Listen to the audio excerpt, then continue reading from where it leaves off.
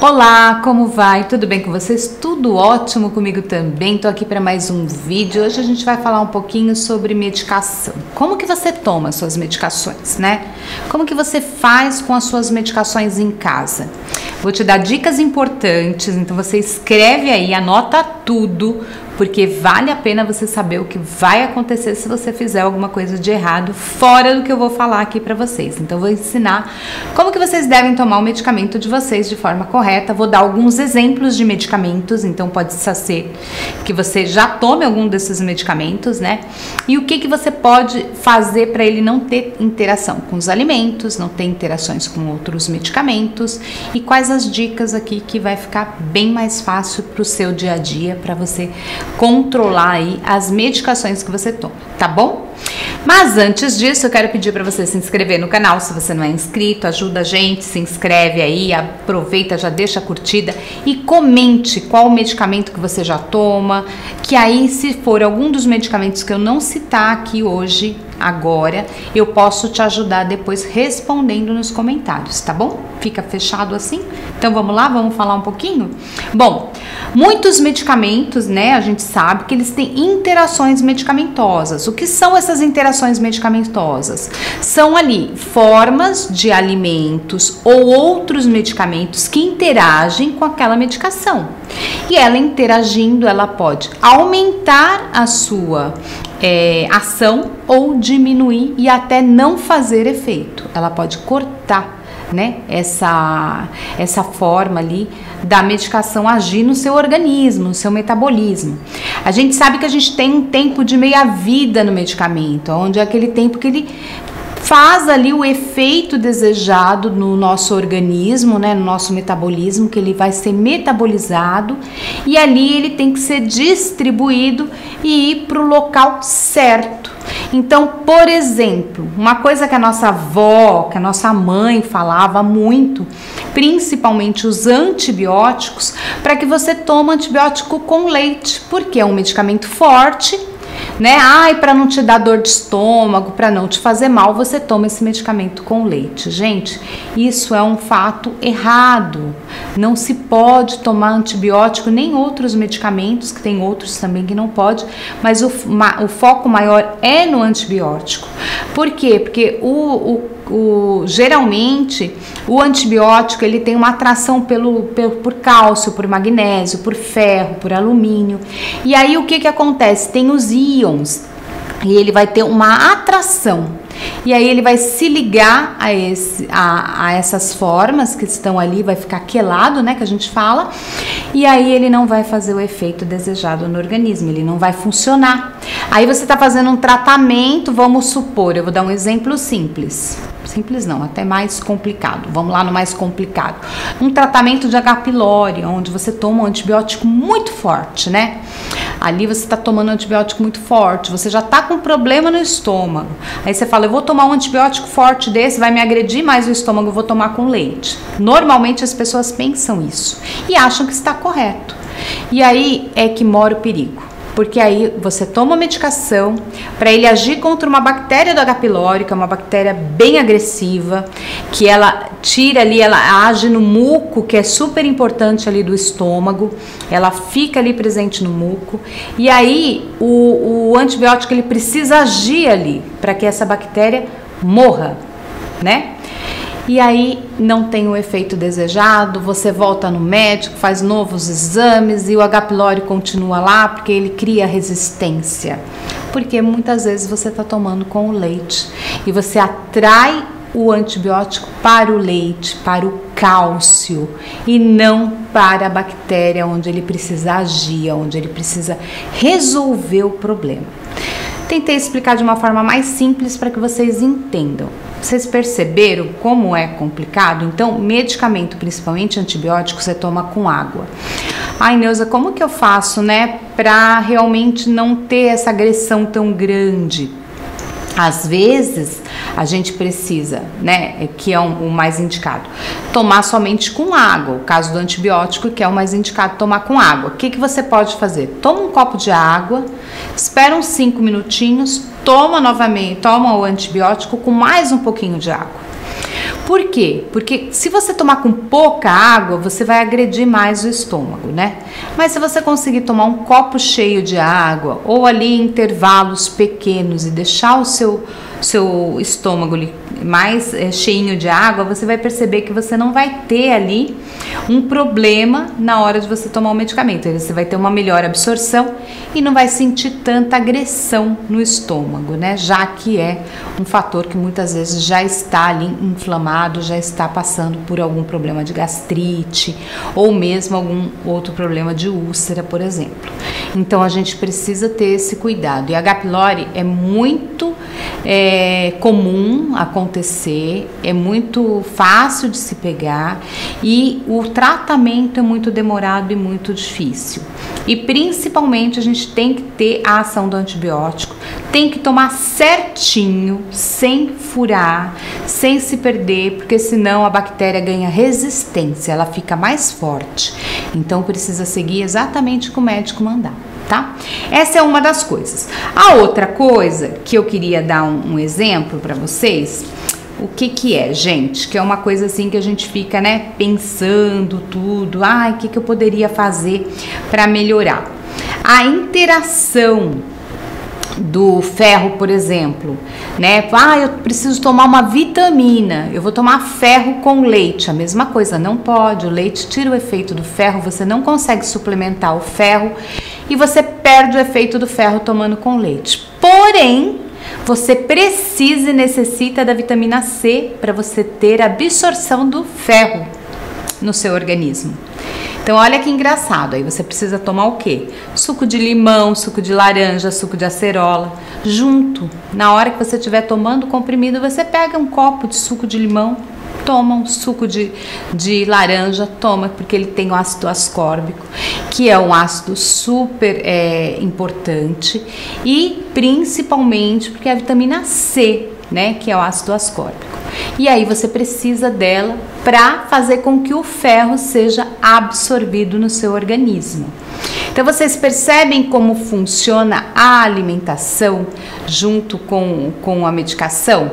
Outra coisa que é importante, sempre dá um espaço de pelo menos 30 minutos da alimentação para vocês tomarem a medicação.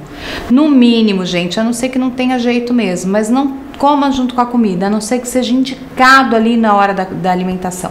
Por exemplo, a vitamina D. A vitamina D, ela é super importante após o almoço. Terminou de almoçar, você toma a vitamina D.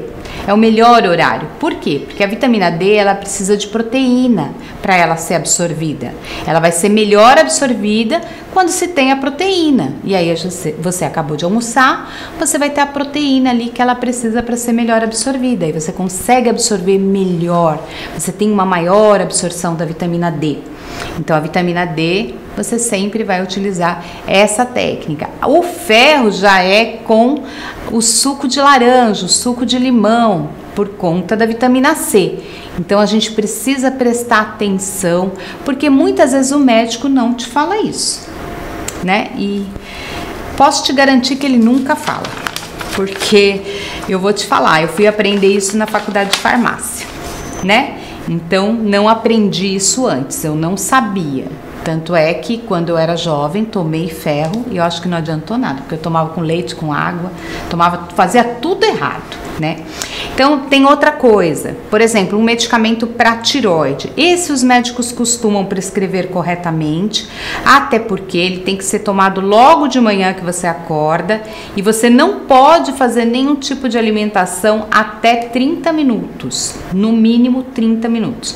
Aí, após 30 minutos, você faz o seu café da manhã e toma o seu café da manhã normalmente. Por quê? Porque ele não pode interagir com nenhum tipo de alimentação.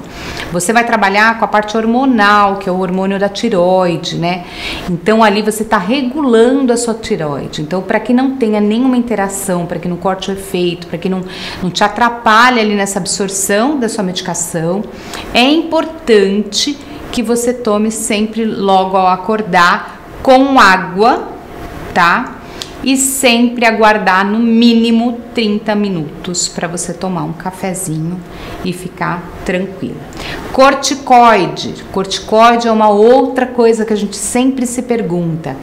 Que horas é o melhor horário para se tomar corticoide? De manhã, sempre de manhã. Porque de manhã é o horário que o corticoide está mais alto, né? Que a gente tem o cortisol. Então os níveis de cortisol vão estar mais altos. Você vai ter ali, vai estar tomando um corticoide, é melhor você tomar na parte da manhã.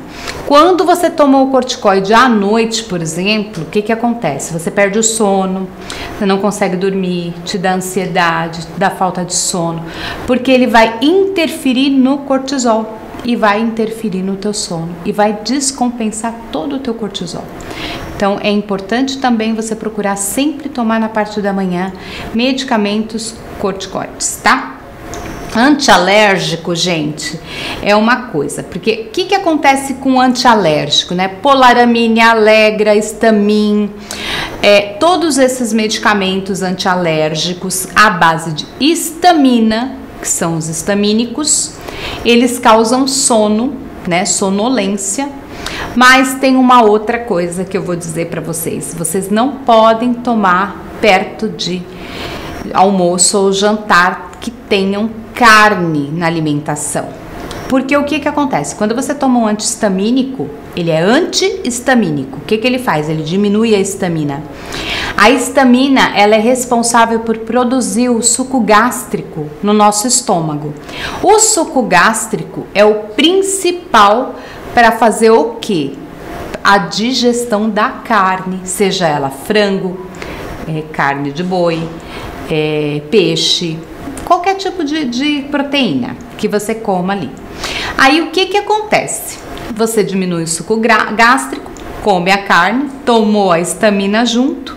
O que acontece? Você começa a sentir enjoo, má digestão, parece que aquilo está entalado, às vezes a pessoa começa até a passar mal, chega pessoas a vomitarem por conta dessa falta do suco gástrico para a digestão da carne, não consegue digerir, não consegue fazer a digestão correta. Então você tem que ter um intervalo de pelo menos 2 horas, né, do consumo de carne quando você toma um antihistamínico, ou não comer a carne naqueles horários que você tomou o antihistamínico, tá bom? Que são os antialérgicos, né? Qual antialérgico que não causa esse tipo de reação, que não vai te dar esse problema, né, da histamina?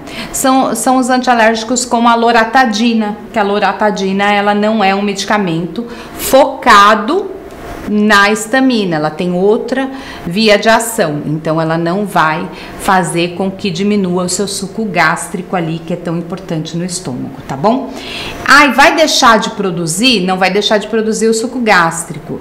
Na ação que ela tem para acalmar da alergia, ela diminui, mas depois o suco gástrico continua, você produz ali. Então, não vai diminuir, você não vai ficar sem suco gástrico, tá? Então, é só para esclarecer.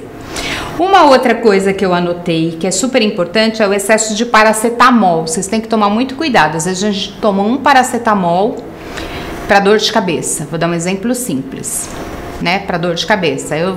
Não adiantou, eu vou lá e tomo outro paracetamol para dor de cabeça, em menos de 4 horas. Aí eu vou e tomo outro paracetamol, porque ainda não adiantou. E eu tomei ali 3 paracetamol no intervalo ali de 4 a 5 horas. Eu estou com uma dose tóxica de paracetamol. O paracetamol, quando ele fica na dose tóxica, é super perigoso para o nosso fígado. Então ele vai fazer ali, né, uma toxicidade, hepato, ali no nosso fígado, e com isso também ele vai fazer o nosso rim sofrer um pouquinho. Então ele vai dar ali uma toxicidade também renal, né? Então é perigoso. O que acontece quando a pessoa toma em excesso paracetamol? Normalmente é feita uma lavagem estomacal, o uso do carvão ativado ou o uso da acetilcisteína, que é um antídoto contra o paracetamol, né? Para tirar a toxicidade. Mas isso depende do tempo que você demora também para ir no médico. O que acontece?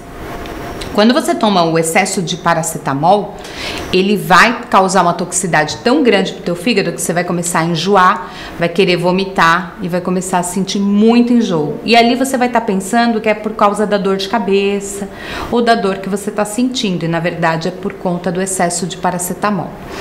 Quando acontece isso, você já tem ali uma hepatotoxicidade na parte do fígado. Então ela vai ter essa toxicidade ali. Então, o ideal é que você tome ali acetilcisteína, porque a acetilcisteína é o antídoto que vai fazer com que você perca ali, porque o paracetamol ele tira a ação da glutationa, né? A glutationa é o maior antioxidante produzido no nosso organismo e o acetilcisteína é rico em produção de glutationa. Ele é muito forte a produção de glutationa. Se a glutationa cai muito, a gente pode ter até perda do fígado, né? Porque vai ter essa toxicidade muito grande no nosso fígado.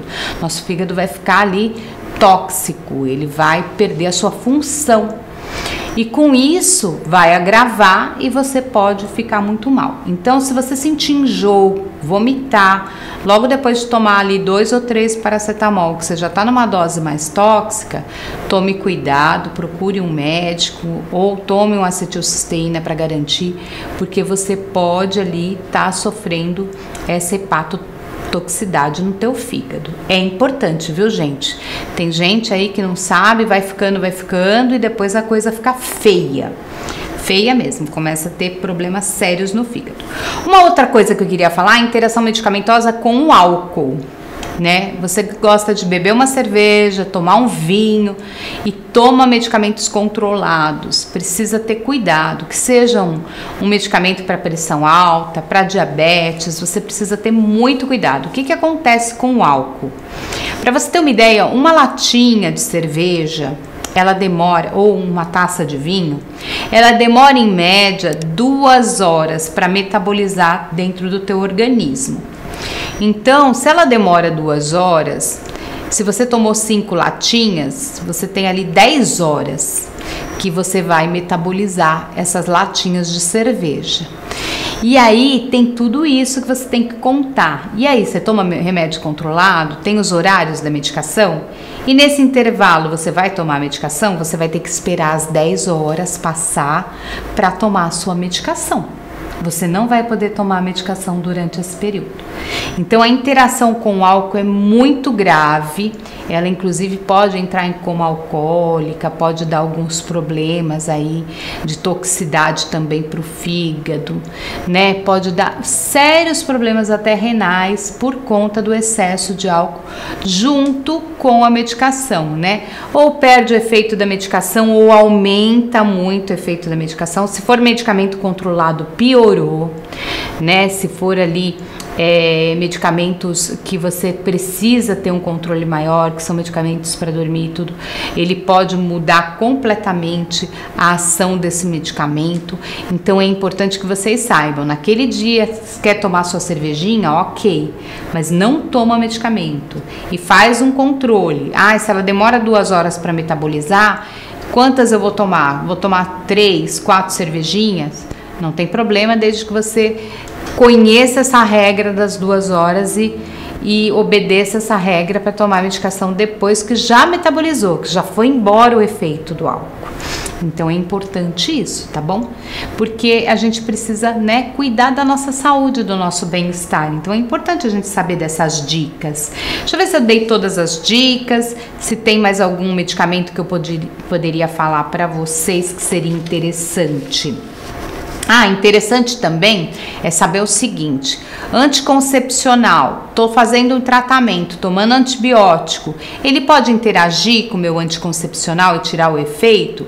Ele não corta o efeito do anticoncepcional, mas ele diminui até 50%, porque uma parte do anticoncepcional que a mulher toma, ela é distribuída ali na parte do estômago, tudo, ela é distribuída. A outra parte ele é absorvido, né, no intestino, e muitas vezes o anticoncepcional, na parte da absorção no intestino, ele vai interagir com o antibiótico e vai ser excretado.